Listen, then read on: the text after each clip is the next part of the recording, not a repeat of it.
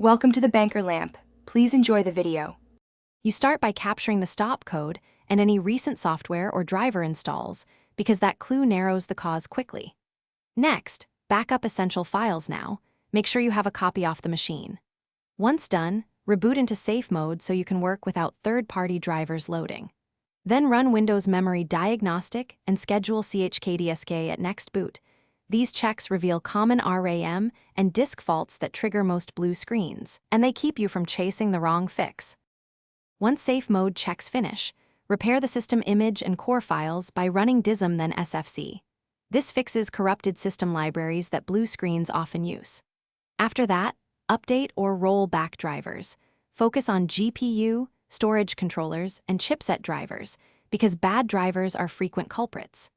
Make sure to inspect Event Viewer and the Minidump files with a small analyzer to tie a stop code to a specific driver or module. This lets you target the exact component rather than. If repairs and driver fixes don't stop crashes, use System Restore to roll back to a known good point, and if necessary, perform a Windows reset or clean install after backing up your data.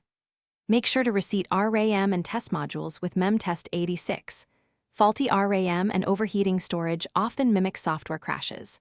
Finally, verify SSD health and motherboard temps, then reinstall Windows only as a last resort.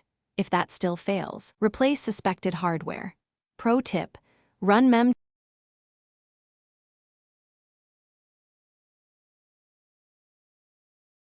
Thanks for watching. If this was helpful, leave a like and consider subscribing. See you next time.